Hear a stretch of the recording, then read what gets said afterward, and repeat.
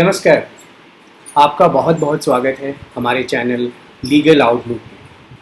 आज हम एक नए कानूनी नज़रिए की बात करते हैं। 6 जुलाई 2021 को सुप्रीम कोर्ट के एक डिवीज़न बेंच के सामने एक बड़ा ही इम्पॉर्टेंट मुद्दा था और इस डिवीज़न बेंच में थे जस्टिस संजय किशन कौल और जस्टिस हेमंत गुप्ता। ये सवाल था, क्या एक कॉम्प्रोमाइज़ डीड जो किसी ऐसे ज़मीन के लिए किया गया हो जो सूट प्रॉपर्टी का हिस्सा नहीं है, सूट का सब्जेक्ट मैटर नहीं हो और उससे लेकिन सेटलमेंट का पार्ट हो फैमिली मेंबर्स के बीच में, तो क्या उसका रजिस्ट्रेशन कंपलसरी है सेक्शन 17 रजिस्ट्रेशन एक्ट के अनुसार? अगर सिंपल शब्दों में इसको कहें तो क्या कॉम्प्रोमाइज डिक्री जो पारिवारिक समझौते पर आधारित है उसका रजिस्टर्ड होना आवश्यक है? यही सवाल था बीरेंद्र सिंह के दोनों बेटों के सामने। बीरेंद्र सिंह के दो बेटे थे रिपू दमन और महेश्वर। 1978 में रिपू दमन ने एक सूट फॉर पोजेशन फाइल किया अपने भाई के खिलाफ और उस सूट में उसने उस विल को भी, जो 1958 का विल था, जो उसके भाई का कहना था कि उसके फादर ने उसको सारी प्रॉपर्टी दे दी है, उसको भी चैलेंज किया और अपना आधा हिस्से की बात की। जब वो सूट पेंडिंग था तो एक डिक्री पास होता है कॉम्प्रोमाइज़ की बेसिस पर, जो दोनों भाइयों के बीच में कॉम्प्रोमाइज़ होता है उसकी बेसिस पर, जिसमें ऑलमोस्ट दोनों भाई आधा आधा शेयर लेने को आपस में कर लेते हैं, आधे आधे शेयर को। इस डिक्री की बेसिस पर जब रिपू दमन अपने आधे शेयर के म्यूटेशन के लिए नायब तहसीलदार के पास जाता है तो नायब तहसीलदार उसको म्यूटेशन अलाउ कर देता है, लेकिन जब उसका भाई महेश इस म्यूटेशन को चैलेंज करता है असिस्टेंट कमिश्नर के पास, तो असिस्टेंट कमिश्नर कहता है कि दोनों पार्टियों को सुनकर ये ऑर्डर पास होना चाहिए था और वो नायब तहसीलदार के पास दोबारा भेज देता है। रिपू दमन इस ऑर्डर को, असिस्टेंट कमिश्नर के ऑर्डर को चैलेंज करता है डिविजनल कमिश्नर के पास और वो उस अपील को डिसमिस कर देता है इस ग्राउंड पे कि जो कॉम्प्रोमाइज डिक्री है वो रजिस्टर्ड नहीं है।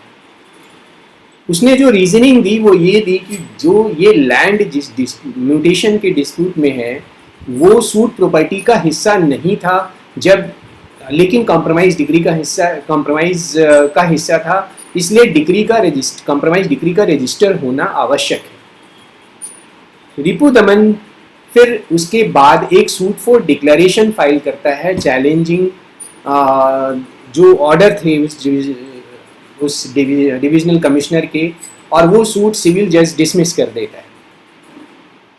उसके बाद वो अपील में जाता है डिस्ट्रिक्ट जज के पास, डिस्ट्रिक्ट जज उस सूट को अलाउ कर देता है और सिविल जज के ऑर्डर को रिजेक्ट कर देता है। मुद्दा पहुंचता है हाई कोर्ट। हाई कोर्ट जो है वो जो पास हुआ था, जो ऑर्डर सिविल जज एडीज यानी डिस्ट्रिक्ट जज ने जो ऑर्डर किया था उसको सेट असाइड कर देता है, खारिज कर देता है। इस ग्राउंड पे खारिज करता है कि जो सब्जेक्ट मैटर ऑफ कॉम्प्रोमाइज था वो सूट प्रॉपर्टी का हिस्सा, सूट का सब्जेक्ट मैटर नहीं था, इसलिए उसका रजिस्ट्रेशन होना जरूरी है सेक्शन 17 सबसेक्शन 2 और क्लॉज 6 के तहत।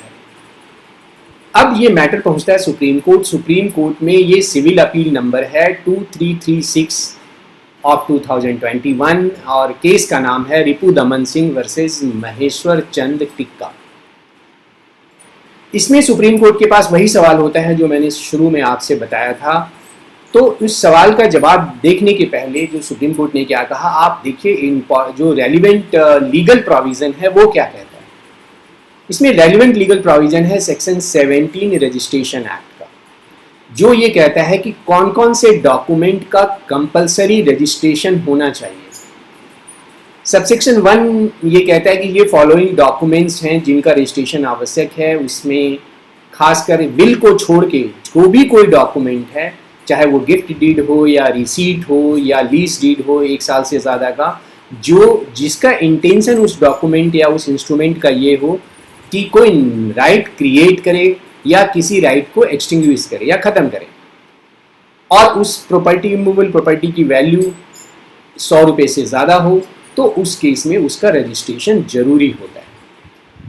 आपको एक और इम्पॉर्टेंट बात बता दूं कि 2001 में एक अमेंडमेंट आया और उस अमेंडमेंट के बाद इवन की जो एग्रीमेंट टू सेल है उसका भी रजिस्ट्रेशन आवश्यक कर दिया अगर वो पार्ट परफॉर्मेंस के तौर पे किया जाए और उससे प्रॉपर्टी के ट्रांसफ़र जुड़ा हुआ हो, section 53A transfer property act के तहत, तो उसका भी रजिस्ट्रेशन जरूरी कर दिया।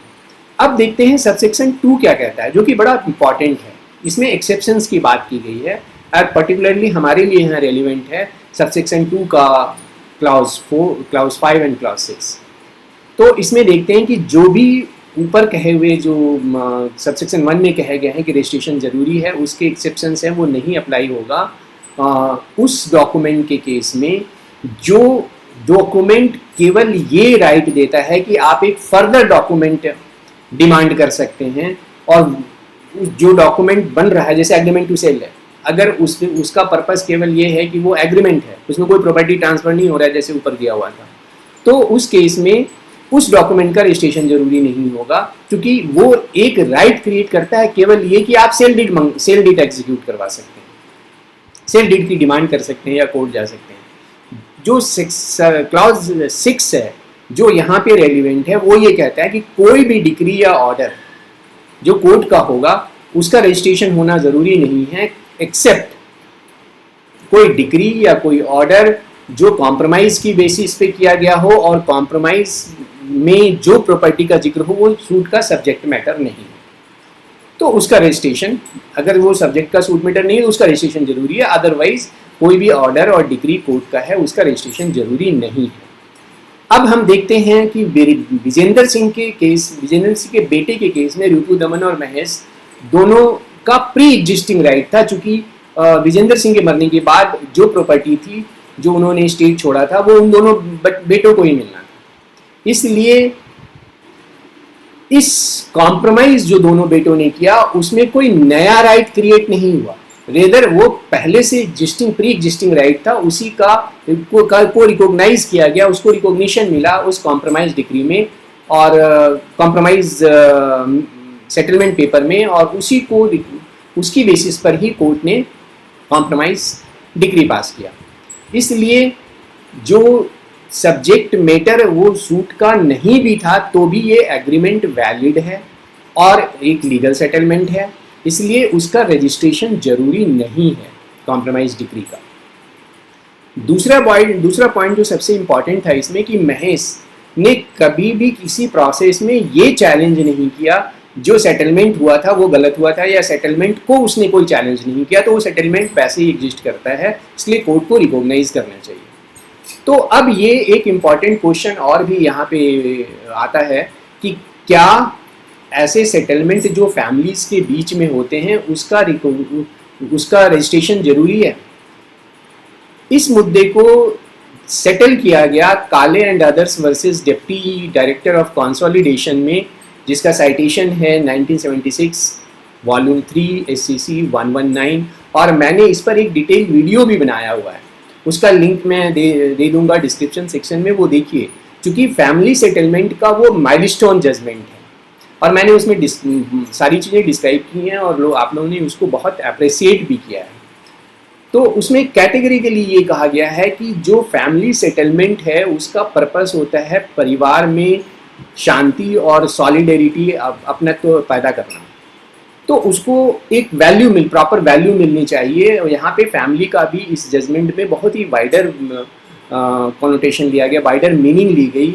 इसमें इवन कि कोई भी आदमी जिसका कोई एंटीसीडेंट टाइटल है उस प्रॉपर्टी में वो उस फैमिली का हिस्सा माना जाएगा, या जिसमें कोई थोड़ी सी भी सैम्बलेंस है कि वो सक्सेशन के रेंज में आता है तो उसको भी माना जाएगा।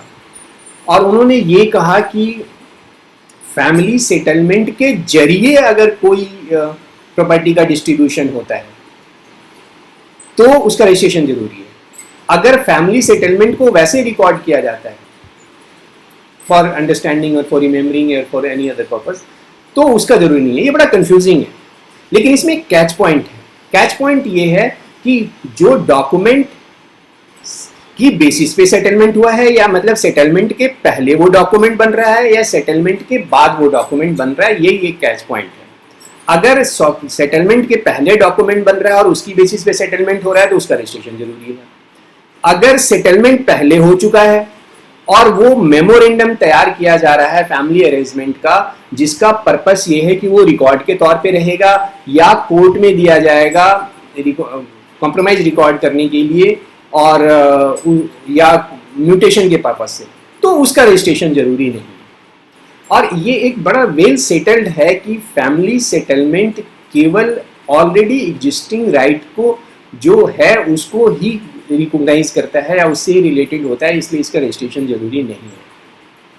इन सब डिस्कशन की बेसिस पर जो कंक्लूजन निकलता है, जो हमारी समझ के लिए, प्रॉपर अंडरस्टैंडिंग के लिए जो हम कंक्लूड कर सकते हैं कि जब भी कोर्ट क्या देखती है, जब भी कोर्ट ये देखती है कि जो कॉम्प्रोमाइज है वो बोनाफाइड है और वो उसका पर्पस रजिस्ट्रेशन या स्टैंप ड्यूटी को अवॉइड करना नहीं है या रजिस्ट्रेशन के लॉ को फ्रस्ट्रेट करना नहीं है, तो उसके रजिस्ट्रेशन की जरूरत नहीं है, वो बोनाफाइड है। दूसरा जो चीज देखती है कि क्या कॉम्प्रोमाइज प्री एग्जिस्टिंग राइट को डिक्लेयर करता है या पहली बार कोई राइट को क्रिएट कर रहा है किसी प्रॉपर्टी में। अगर वो पहली बार किसी राइट को क्रिएट कर रहा है या उसको एक्सटिंग्विश कर रहा है, उसको खत्म कर रहा है, तब तो उसका रजिस्ट्रेशन जरूरी है। लेकिन अगर किसी पहले के राइट को वो रिकॉग्नाइज कर रहा है तो उसका रजिस्ट्रेशन जरूरी नहीं है। अब इसका एक एग्जाम्पल से समझते हैं कि अगर किसी दो नेबर्स हैं और दोनों नेबर्स के बीच में एक पैसेज को लेकर कोई डिस्प्यूट है और वो मुकदमे में चले जाते हैं, वहां पे जाके उनका कॉम्प्रोमाइज होता है। उस पैसेज पे उन दोनों का कोई प्री एग्जिस्टिंग राइट नहीं था, लेकिन वहां पे वो दोनों मिलकर किसी एक के फेवर में राइट रिकॉग्नाइज कर रहे हैं, तो यहाँ पे रजिस्ट्रेशन जरूरी है। और इस सुप्रीम कोर्ट ने अपने एक केस में रघुनंदन वर्सेस अली हुसैन साबिर के केस में, इस जो 2008 का जजमेंट है, 2008 13 ACC 102, उसमें इसको रिकॉग्नाइज किया कि जो पैसेज को लेकर डिस्प्यूट है और दोनों नेबर्स के बीच में जो कॉम्प्रोमाइज हुआ, उस केस में अगर डिक्री पास होती है तो उस डिक्री का रजिस्ट्रेशन जरूरी है। मुझे पूरा विश्वास है कि इस डिस्कशन के बाद आपके मन में अगर कोई सवाल आ रहा होगा तो उसका जवाब मिल गया, और अगर जवाब नहीं मिला तो प्लीज़ आप मुझसे शेयर कीजिए, मेरे कमेंट सेक्शन में जाकर अपनी बातें लिखिए, हम उसको डिस्कस करके उसको बताएंगे आपको। क्योंकि ये बहुत ही इम्पॉर्टेंट मुद्दा है कि कॉम्प्रोमाइज़ डिक्री या कॉम्प्रोमाइज़ का रजिस्ट्रेशन, फैमिली सेटलमेंट का रजिस्ट्रेशन कब होना चाहिए, कब नहीं होना चाहिए।